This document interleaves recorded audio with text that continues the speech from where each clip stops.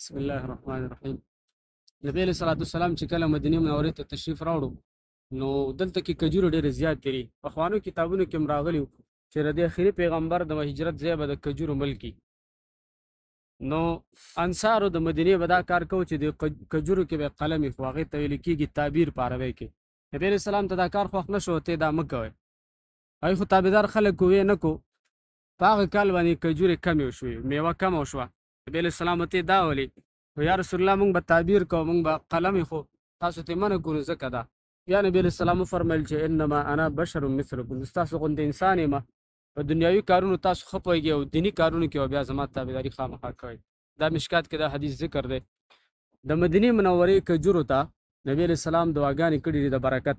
د انصارو طریقه دا وه چې کله به میوه ړومبۍ میوه به راله نو یې به ړومبۍ نبي علیہ السلام له دا کجورې یوړې. د الله پیغمبر به ورته د برکت دعا وکړه او ثم دعا اصغر ولیدین، بیا به یو وړوکي ماشوم راوغوستو، هغه له به یې دا کجوره ورکړه. نو دې کجورو بوټو ته او د مدینې منورې د خوراک او غذایي مواد چې کوم دی دې ته نبي علیہ السلام د برکت دعاګانې کړي، بلکې هر یو شي ته د برکت دعا کړې ده. الله تعالی دې موږ له د دغې برکاتو نه راکړي کوم چې د مدینې منورې برکات دي د نبي علیہ السلام په دعا باندې.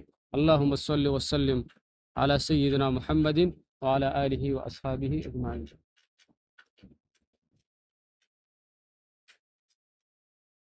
لیکيږي مزرعة سلمان الفارسي رضی الله تعالی عنه. د سلمان فارسی رضی الله عنه باغ، هغه باغ دی چې نبی علیہ الصلوۃ والسلام په دې کې په خپلو لاسونو مبارکو باندې 300 کجورې نال کړې وې.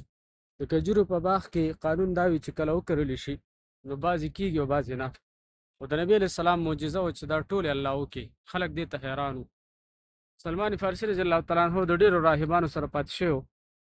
اخره کې مدینې منورې ته راورسېدو، د نبي علیہ السلام د نبوت علامات یې ولیده. دا بیا دلته غلام و، نو آقا په ده باندې دا شرط کېښود چې مکاتبت یې ورسره وکړو په 300 کجورو بوزغلو باندې. نو نبي علیہ السلام صحابو ته وایي تصدقوا علیه بالنخیل، ده باندې صدقه وکړئ د کجورو. صحابه کرام له 300 بوټي راجمع کړه.